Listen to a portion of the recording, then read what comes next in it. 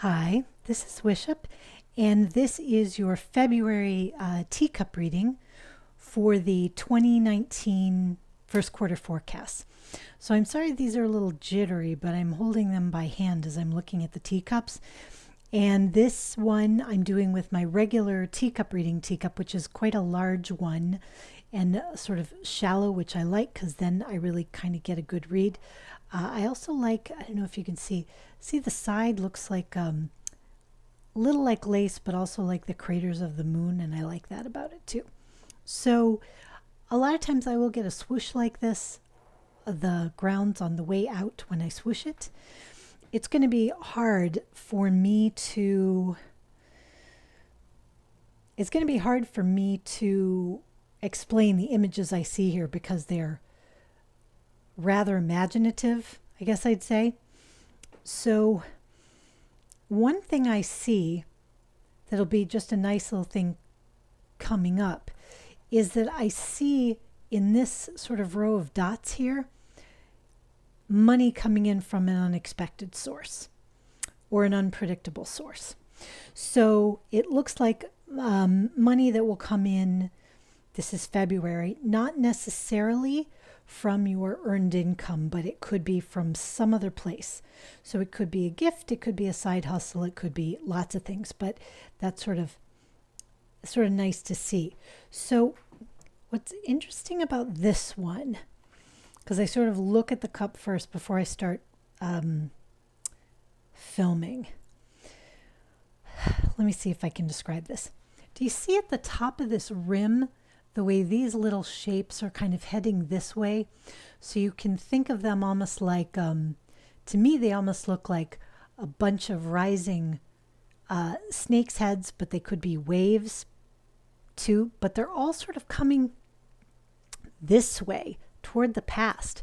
And yet the direction that you read the cup is this way towards the future from the handle. So I saw, and actually I saw something similar on this side too. It's like one thing I saw down here, which I won't even bother to highlight because I really think it's quite abstract. It was rows of people. I guess I'll show it to you and you can see if you see it. I mean, what the heck? Besides, this way you get to see your own images. I should really always share it. Okay, I see rows of people, lots of them, different heights, but they're all carrying stuff and they're carrying stuff forward. They're basically tromping around the edge of the cup and they're carrying stuff forward. And to me, it looked like offerings, like the kind of offerings you might make to an angry God because you hope that if you offer enough, because everybody's got stuff in their arms and it's person after person after person after person of all types, ages, statuses. Like everybody's putting energy and time and effort, the offerings of their attention, of their focus into the same thing because they're trying somehow to prevent something from happening. And they're doing that because they see in the future, right? As I look at these as like waves or snakes, they perceive that in the future, some terrible thing is going to occur. And they're trying to ward it off in a sense by bringing all these offerings. And meanwhile, what I see as one of the strongest figures in the cup, we have this one. And she reminds me of the silhouette of a maiden who I've seen on Celtic metalwork. And she's running this direction with the cup. And she is not facing these waves because they're moving towards the other people. She's sort of moving forward with her offering and she's almost running forward. And she's getting out into this clear open space.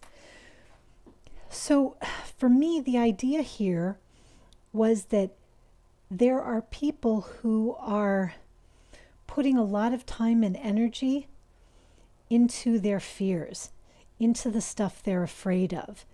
And I don't mean it's not reasonable to be afraid of things, but that they're basically making offerings of their time, of their attention to these fears. And these fears, because they're located kind of high up in the cup, I think of these fears as having a very anxiety related kind of a nature. They are like the busy mind that can't rest. They're the mind, up in the clouds. If you think of a horizon, these worries are up above the horizon. They're in the hypothetical, right?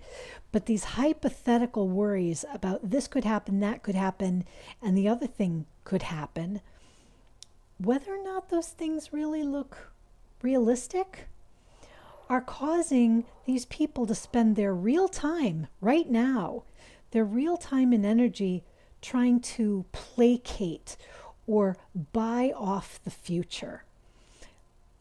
But these things up here, they're not terribly significant. They don't hold a lot of power and strength. They're up near this top, so they seem urgent, they seem immediate, but really they're wispy, they're vapors. They're like phantoms. And meanwhile, this person, she looks bigger than the other people. She looks more solidly drawn. She's down here where the noise is not, and she's sort of running her race into the clear, right? She has an offering in her hand, and maybe that's for herself or someone else, but the fact is there's nothing blocking her way. There's nothing, she's not standing in a line of other people waiting for a chance to buy off some really frightening future that's been sold to her. She is actually moving with speed and confidence towards a future that may be unknown. But she's doing so in more of a grounded way, because I see her being in a deeper sort of part of the cup. And I guess it's just, it was just funny to me, the direction of the cup. She's the one going forward, and all this other stuff is kind of going backwards. And I guess it has something to do with the way anxieties and mental chatter can drive you backwards into hoping that if you do the right things, you won't be worried. If you say the right things, you won't be worried. If you take the right actions, you won't be worried. But the problem is not the offerings. The problem is giving too much of anything to this worry. The idea is not to try to satisfy the worry. I think the idea is to neutralize its importance in your landscape, because she is below the level of this worry. It's not even on her level. And because of that, she's going faster than everyone. She's making more progress. She looks more distinct, more real, more substantial. And so I think that's sort of the message of this cup in February, to get below the level of the noise, and to not think that the way to solve anxiety is to just take out everything related to it. I mean, I have an example. I knew a person who had had a panic attack in a certain place.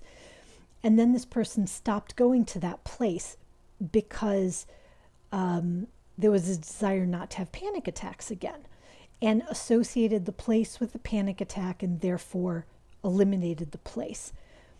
But then this person had a panic attack in another kind of place, and another kind of place.